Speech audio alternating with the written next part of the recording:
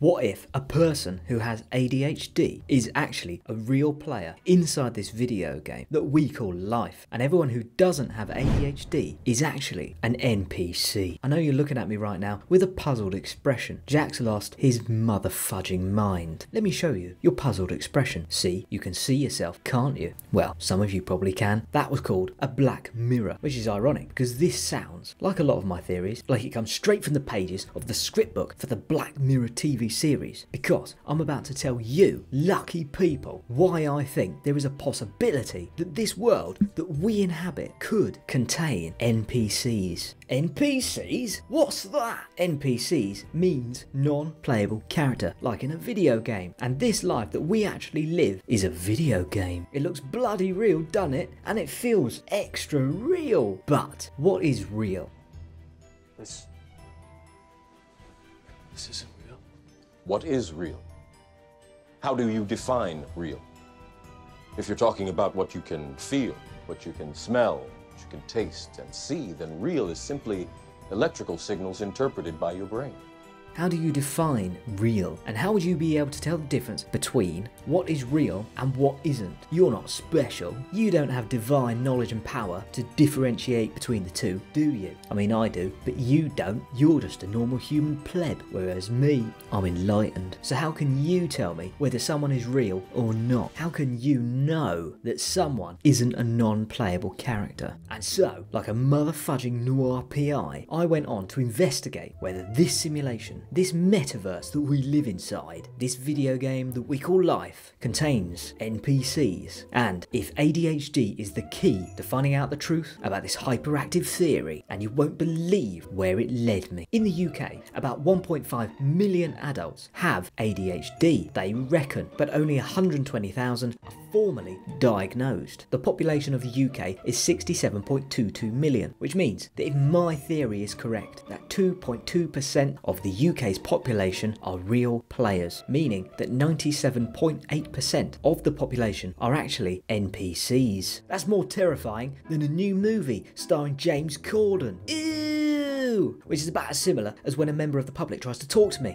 Back off! One of the biggest ways to establish whether somebody has ADHD or not is to ask them if they have an internal monologue. You know what I mean. Let me ask you this. When you wake up in the morning, does your brain instantly chime in with thoughts and chatter? Does that voice kick in soon as you wake up? I'll tell you what mine does. I wake up, open my eyes, and instantly it starts jabbering. I wonder how Coldplay filmed that music video where they were singing backwards. It's ridiculous. I don't know how they did it. Perhaps they did it like, they could have done it a million different ways. Perhaps they learnt the song and did it backwards. It could be anything random like that. And then it chimes in with things I've got to do that day. You know, boring chores and whatnot. Or theories like this one. Or ideas like inventions, like a see-through toaster. Or arguments with people that don't actually exist, or beating up a gang of youths against the odds. I only realised I had ADHD a matter of weeks ago. I mean, maybe it's obvious to you, but it wasn't to me. It's characterised with the following bullet points. 1. Carelessness and lack of attention to detail. Yep, I'm always rushing and making spelling mistakes, as you can tell from this YouTube channel. Continually starting new tasks before finishing old ones. This one is a major one for me. It's probably why I've had so many jobs in my life. The other day I counted and I think it's approaching 30, because I just get bored with jobs and can't be bothered to do them. I also don't like people telling me what to do. When somebody tells me what to do, I end up going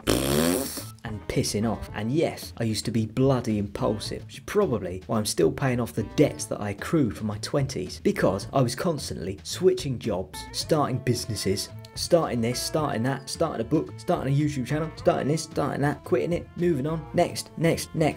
I need constant stimulation, poor organisational skills. That's why I always used to get sacked. Inability to focus and prioritise. Yet I can't concentrate on anything for too long. Mind you, I have learnt how to master this now and channel it into creative pursuits like this. Continually losing or misplacing things. Yeah, that reminds me, where the flip of my keys? Forgetfulness. I've got the worst memory in the bloody world. Memory like a sieve. I'd lose me bollocks if they weren't attached to me leg. I can also barely remember what I did an hour ago. Restlessness and edginess. As you can tell, I'm always on edge. Difficulty keeping quiet and speaking out of turn. Yeah, that's because I find most people bloody insufferably boring. And when they start talking, it's like, oh my god. Shut the fuck up! mood swings, irritability, and quick temper. I'm better at this now because I channeled it into my creativity. But yeah, I can be flipping mood swingy. And if I can't do something, it tends to, you know, be thrown at the wall. I've got through quite a few computers doing that. Inability to deal with stress, pretty much. Extreme impatience. Yep, can't stand any bloody NPCs getting in my way. How do NPCs work? Well, for one, I don't think that they have an internal monologue. This has been proven recently on a dodgy study, and I think that they exist in the world a bit like this. Listen, if there's one thing I know, it's when I'm being fucked with. This can't possibly.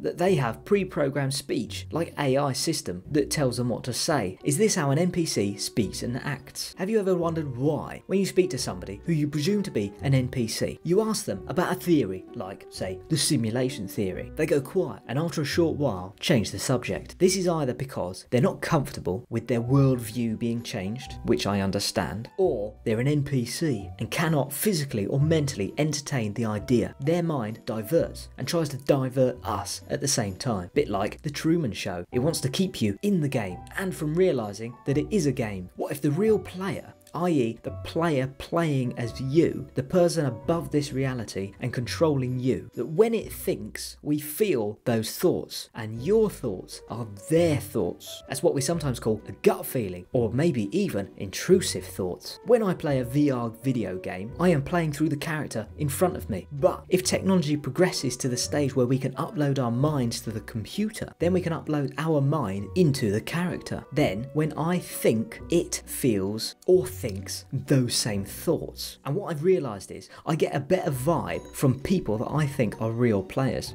I don't get a good vibe from NPCs. I do get a good vibe from real players. So when you find another player who is part of the 2.2% club, you just know. You're like, oh my god, another real player, yay! But do NPCs even exist? Maybe. But I do think everyone is a main character in their own video game called life. Everyone is a player, and at the same time, you're also an NPC in someone else's life. And what if NPCs aren't really NPCs? They're just plugged in and they haven't been awakened yet. It's like the Matrix. If you're still plugged in, you're part of the Matrix, as Morpheus explains, and you will fight to protect the Matrix or the simulation, thus diverting people who try and find out that it is a simulation. And once you're unplugged, there ain't no going back. And you can wake people up. Wake them up from being an NPC into an awakened one. You see, it's a bit like that film, Free Guy. He's an NPC inside a video game, but he wakes up and realizes that it is a video game and he's no longer an NPC.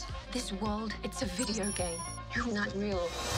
Or Neo in the Matrix. He is basically an NPC and he's asleep, but he wakes up and he starts searching for Morpheus and what the Matrix is. Then he's no longer trapped in the game. And to all the people who say, oh, you've got no scientific backing on these ideas, you're just saying the first thing that comes into your head. And it's like, yeah, and where do you think new ideas come from? Huh? By asking, what if, what if, what if? That's what scientists do, and coming up with plausible theories. I'm not saying this is evidently true. I'm exploring the possibility with you, because imagine how it would change our world if just a little part of it was true. So, do you have ADHD? Are you part of the 2.2% club? Do you think it makes us a real player? Tell me below in the comments. It's really important that you watch this video next, which explains why we're living in a video game.